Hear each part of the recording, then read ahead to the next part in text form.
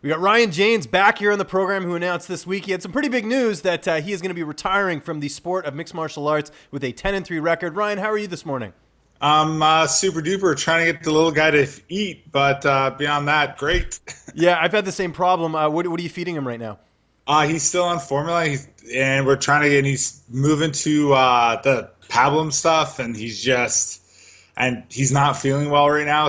And teething, so he's just being super difficult. Yeah, it's the triple threat. I've had to endure that myself as a dad. Yeah, hopefully it goes smoothly because I know it's tough to kind of manage all that. But let's just start there first, Ryan, before we talk about the retirement news. Fatherhood, last time we talked was last year before your fight against Andrew Sanchez, and I knew you were going to become a dad. Now that you're a dad, how has that sort of changed everything for you? Well, I mean, just like most people who become a dad, it's awesome. I love it. I wanted to be a dad, so I wanted to have a child at some point, and I'm happy to have one. I don't know. It's incredible, really.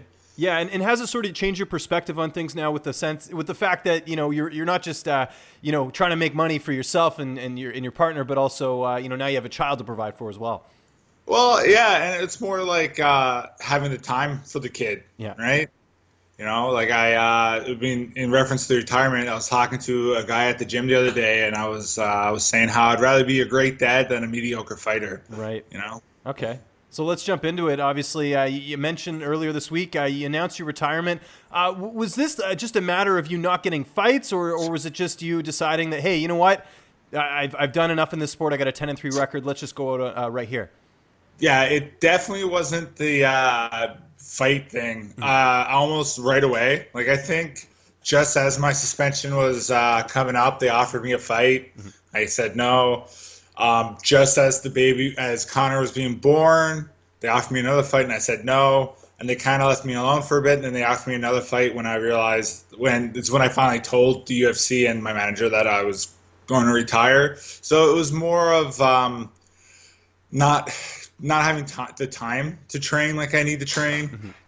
I am not the most supremely talented fighter, so to speak. So I'm the type of guy who needs to train all year long, not just during my training camps. Some people can get away with that. I'm definitely not one of them. So when I wasn't able to train after a little while, I just kind of realized it's time to kind of give it up. You mentioned some of those fight offers. Anything you can mention in terms of what cards they were and potential opponents, or do you have to keep that under wraps? I have no idea how that works. So Okay, I'm just fair enough. Yeah, I don't want to get anyone in trouble. I was just curious. Yeah, about I don't want to start nothing. What about injuries? One of your teammates, Alexia Giriou, retired from the sport pretty young. Did injuries play a factor in this at all? I know you hadn't been too injured throughout your career, but was that something that crossed your mind? No, not at all. I mean, I'm like, for the most part, each fight, there's only one fight in my UFC career where I can say, well, I was actually like quite injured, and maybe I probably shouldn't have taken it because you're so injured. But for the most part, definitely my last fight, I was super healthy.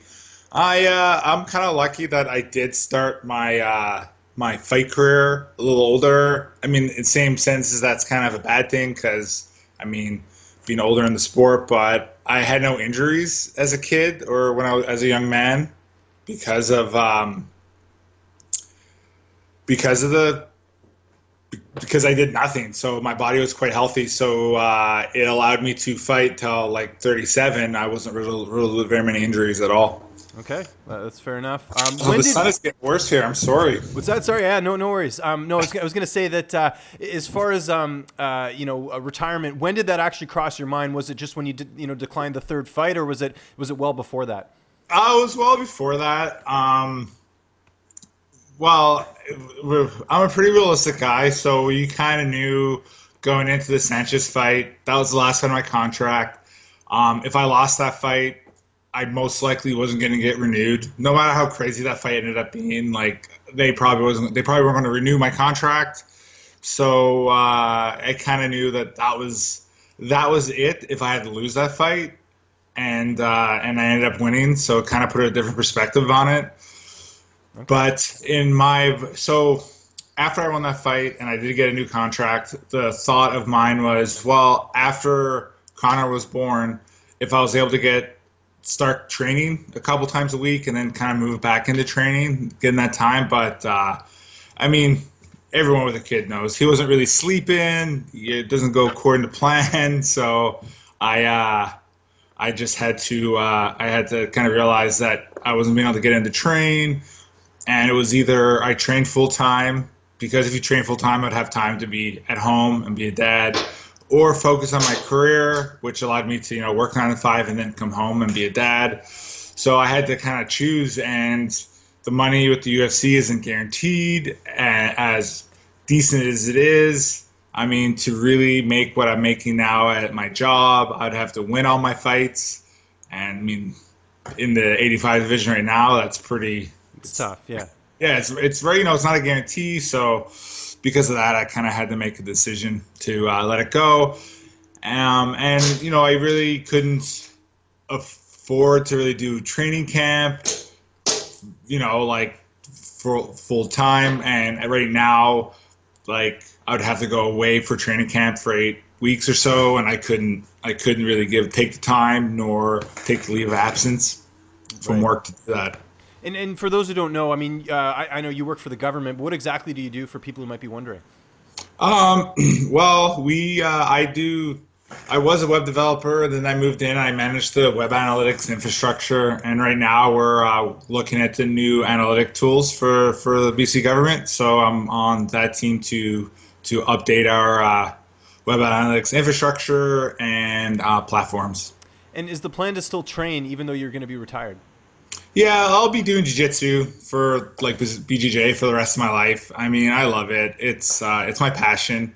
I mean, you don't get a black belt in that unless you absolutely love it. And I'll be doing it forever. And I really look forward to introducing my kid to Brazilian Jiu-Jitsu. Not necessarily the sport of MMA, but definitely like Jiu-Jitsu as a martial arts. I think it's an important thing for kids and character building, and it's something I just really look forward to sharing with them. That and board games is what I'm looking forward to. Yeah, no, I bet it's nice to have that something where you don't get punched in the face. Right. Looking back in your career, again, great record, 10-3. I mean, it's tough. Most fighters who retire don't get the luxury of having a record like that. What was your most memorable fight in your opinion? Was it the Sanchez fight, your last fight, just, you know, getting that victory and taking out a really tough guy in Andrew Sanchez? Yeah, I think so. I mean, how can you not? It ended up being number 9 on TSN's top fights that year. I mean, that really come back from behind victory. Everything kind of working out where the ref kind of realized that I wasn't really as hurt as people thought I was, and being able to really push through it for that. And then, yeah, like everything was incredible, and to get that win. So it was nice to kind of have such a crazy fight that kind of put the cherry on top of my career. I mean, to show the world kind of like how tough I am and how resilient I am, and kind of walk off like that is pretty cool. Any regrets in your career at all? Not really. I mean, you can't. I think I was saying my goal is just to make it to the UFC. Mm-hmm. I mean, you wish you were more than just 2-2 at the end of it, but it's still pretty cool. I mean, I didn't expect to be able to get to the top of the sport at all, let alone, you know, do okay. So I'm pretty happy. I mean, there's nothing I can look back and be like, oh, I'm not happy with that. That's good. Yeah, I never have any regrets. Before I let you go here, wanted to ask you about your manager, Mark Pavlich. You know, how much has he been influential in your career and helping you get to where you want to? Because when we think of Mark, we think of the promoter for the MFC, but as a manager, he's helped out a lot of fighters, including yourself. Yeah, Mark is great. I mean, there's a difference between him looking after his business, which is what it was as a promoter, and that's what people forget when you think about the UFC and stuff. You know, they're just a business, and you can't quite take it personally, even though it's easy to. But Mark was great. Mark was awesome to me. I mean, definitely in my retirement, because I kind of put off telling him I'm not really good with the hard conversations. Right. And when I called him and told him, and he was like, are you sure? And I was like, yeah. He's like, I totally get it, and I totally support it, and I understand you got to do it right with you and your family. You know, he didn't do he didn't do what you'd think he might do and kind of try to force me to fight. So Mark was great like that. Excellent. Well, Ryan, congratulations on a great career. Again, it's nice to go out on a win, especially the one you had. Wish you all the best in retirement. Just remind people where they can find you on social media. And if you got anything else you want to plug at all, man, the floor is yours. Awesome. Yeah, you can find me at Twitter on Ryan Janes MMA, and I think RYR Janes on Instagram.